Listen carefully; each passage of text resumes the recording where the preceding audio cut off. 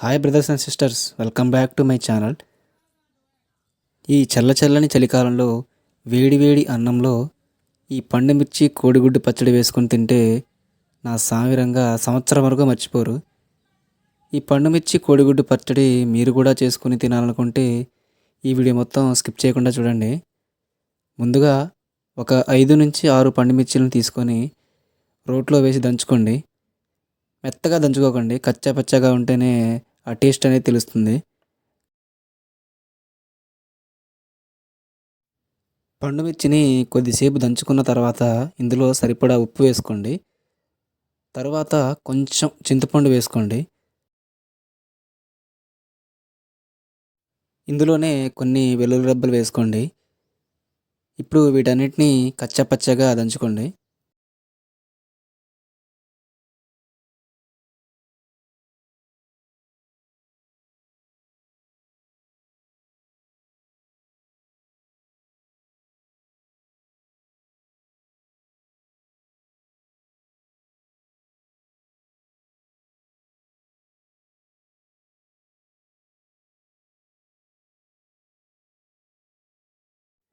ఈ విధంగా కచ్చాపచ్చాగా నూరుకున్న పండుమిర్చి కారాన్ని ఒక గిన్నెలోకి ఎత్తుకొని పక్కన పెట్టుకోండి. ఇప్పుడు ఒక కడాయి తీసుకొని అందులో కొంచెం ఆయిల్ పోసుకోవాలి. ఆయిల్ హీట్ అయిన తర్వాత ఎండుమిర్చిని నూనెలో వేయించుకోవాలి. ఇప్పుడు ఇందులో 2 రెమ్మల కరివేపాకు తుంచి వేసుకోవాలి.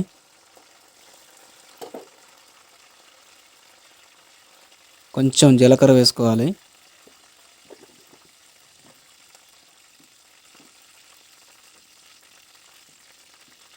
చిటికెడు పసుపు వేసుకోవాలి.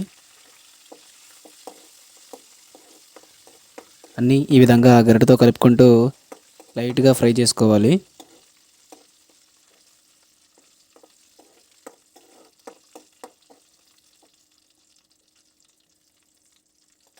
ఇప్పుడు ఇందులో ఒక కోడిగుడ్డు పగలగొట్టుకొని వేసుకోవాలి.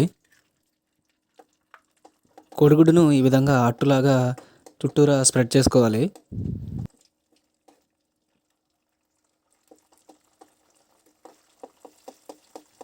ఈ విధంగా ఆమ్లెట్ లాగా స్ప్రెడ్ చేసుకొని ఒక 2 మినిట్స్ వరకు కుక్ చేసుకోవాలి.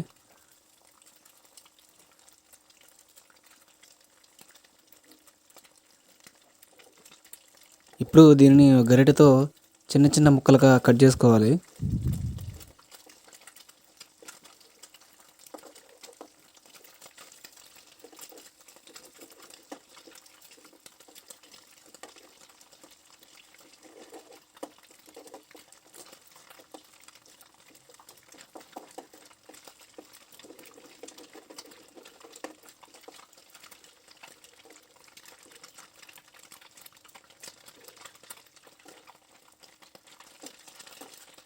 ముక్కలుగా చేసుకున్న ఈ కోడిగుడ్డు ముక్కలు పూర్తిగా ఫ్రై అయిన తర్వాత మనం నూరి పెట్టుకున్న పండుమిర్చి కారాన్ని ఇందులో వేసి కలుపుకోవాలి.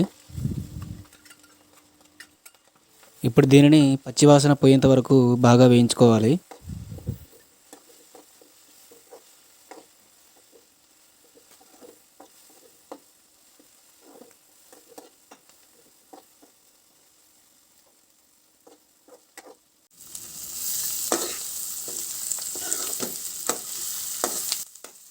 ఫైనల్గా మన కోడిగుడ్డు పండుమిర్చి పచ్చడి అయితే రెడీ అయిపోయింది. వీడియో నచ్చితే లైక్ చేయండి. అలాగే మీరు కూడా ఈ విధంగా ట్రై చేసి టేస్ట్ ఎలా ఉందో చూసి కమెంట్ చేయండి.